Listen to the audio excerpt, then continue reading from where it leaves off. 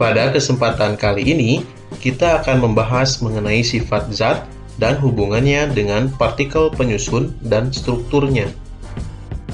Setiap zat memiliki sifat yang unik dan berbeda dengan zat lain. Perbedaan sifat zat tersebut disebabkan oleh perbedaan jumlah dan jenis atom penyusun suatu zat. Perbedaan sifat zat juga dapat disebabkan oleh perbedaan ikatan atau perbedaan struktur atau susunan atom atau molekul-molekul penyusunnya. Agar dapat membedakan zat penyusun suatu benda atau bahan, kita dapat mengidentifikasi sifat-sifat suatu zat. Sifat suatu zat dapat dikelompokkan menjadi sifat fisika dan sifat kimia. Sifat fisika. Sifat fisika merupakan sifat yang dapat diamati tanpa mengubah ciri-ciri dan komposisi suatu zat. Sifat fisika tidak berhubungan dengan pembentukan zat baru. Beberapa contoh sifat fisika adalah sebagai berikut. Kerapatan atau densitas atau massa jenis. Kerapatan adalah massa zat dalam satuan volume tertentu. Satuan kerapatan adalah kilogram per meter kubik atau gram per mililiter.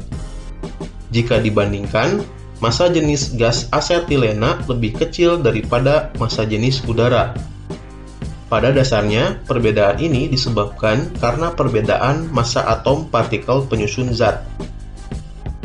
Massa jenis gas asetilena lebih kecil dari udara, sehingga gas asetilena banyak dimanfaatkan untuk mengisi balon agar balon dapat terbang di udara.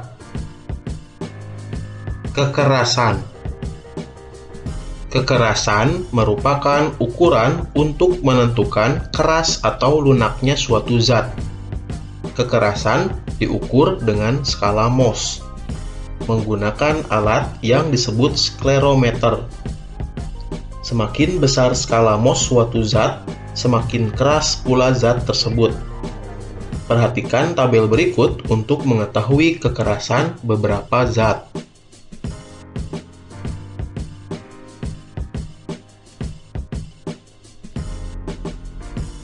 Elastisitas. Elastisitas merupakan kemampuan suatu benda untuk mempertahankan diri ketika terkena tarikan atau dorongan atau gaya, dan mampu untuk kembali ke ukuran serta bentuk awal ketika gaya tersebut dihilangkan. Setiap zat memiliki elastisitas tertentu. Zat seperti es batu, kayu, dan gelas memiliki elastisitas yang rendah. Oleh karena itu, zat tersebut akan mengalami kerusakan bentuk ketika diberikan gaya yang besar. Karet memiliki elastisitas yang lebih tinggi dibandingkan dengan elastisitas es batu, kayu, dan gelas. Pada karet, elastisitas disebabkan karena terulurnya rantai polimer ketika diberi gaya. Rantai polimer karet akan kembali pada posisi dan ukuran semula ketika gaya dihilangkan. Daya hantar. Daya hantar adalah kemampuan suatu zat untuk menghantarkan panas atau listrik. Berdasarkan sifat ini, benda dapat dibedakan menjadi konduktor, isolator, dan semikonduktor. Bahan yang dapat digunakan sebagai konduktor yaitu bahan yang terbuat dari zat yang mampu menghantarkan elektron dengan mudah, misalnya besi, tembaga, emas, dan perak. Sebaliknya, zat yang memiliki kemampuan rendah dalam menghantarkan elektron, seperti plastik dan kayu, digunakan sebagai bahan isolator. Bahan semikonduktor adalah bahan yang jika berada pada suhu rendah bersifat sebagai isolator, dan pada suhu tinggi bersifat sebagai konduktor. Contohnya, silikon dan germanium. Kemagnetan. Kemampuan suatu zat untuk dapat dipengaruhi oleh medan magnet disebut dengan sifat kemagnetan. Sifat kemagnetan dibedakan menjadi 3, yaitu ferromagnetik, paramagnetik, dan diamagnetik. Benda-benda yang dapat ditarik kuat oleh magnet digolongkan pada kelompok ferromagnetik. Benda-benda yang ditarik lemah oleh magnet digolongkan pada kelompok paramagnetik. Benda-benda yang tidak dapat ditarik oleh magnet termasuk kelompok diamagnetik. Viskositas atau kekentalan.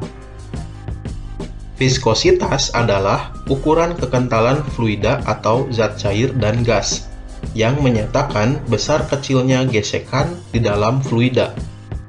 Semakin besar viskositas suatu fluida, maka semakin sulit suatu fluida mengalir dan semakin sulit suatu benda bergerak di dalam fluida tersebut. Di dalam zat cair, viskositas dihasilkan oleh gaya kohesi atau gaya tarik-menarik antara molekul-molekul zat cair. Sementara pada gas, viskositas timbul sebagai akibat tumbukan antara molekul-molekul gas. Contoh fluida yang memiliki viskositas tinggi adalah madu dan oli. Air merupakan contoh zat yang memiliki viskositas rendah. Titik didih, titik beku, dan titik leleh. Titik didih adalah suhu saat zat cair mulai berubah menjadi uap pada tekanan tertentu.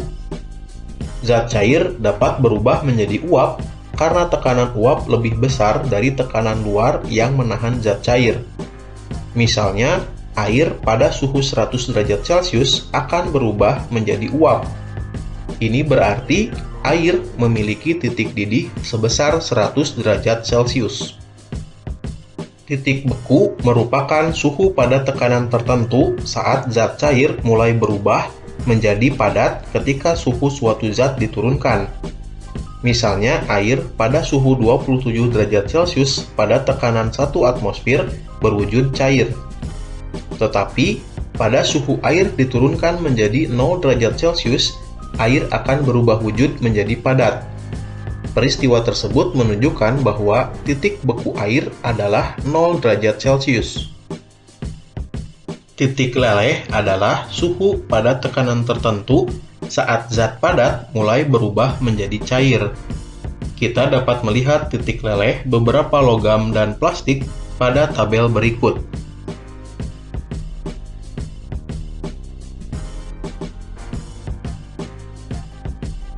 Sifat kimia. Sifat kimia adalah sifat yang tampak pada suatu zat ketika zat tersebut mengalami perubahan atau reaksi menjadi zat lain. Beberapa sifat kimia suatu zat adalah sebagai berikut. Kestabilan.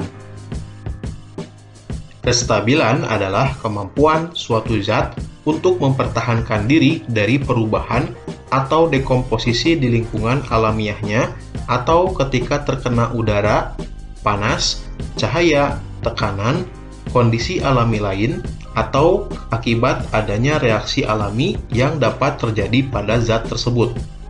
Kestabilan juga dapat didefinisikan sebagai mudah tidaknya suatu zat atau bahan rusak.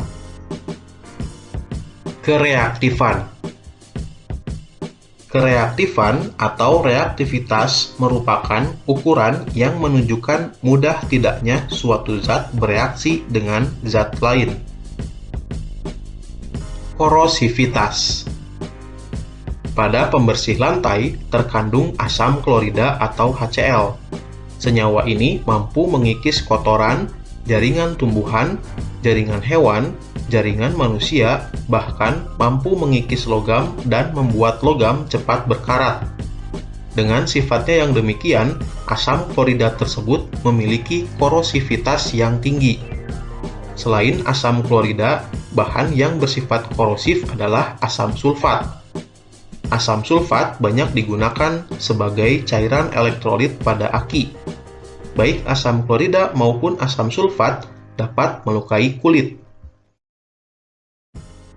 Terima kasih sudah menonton video ini.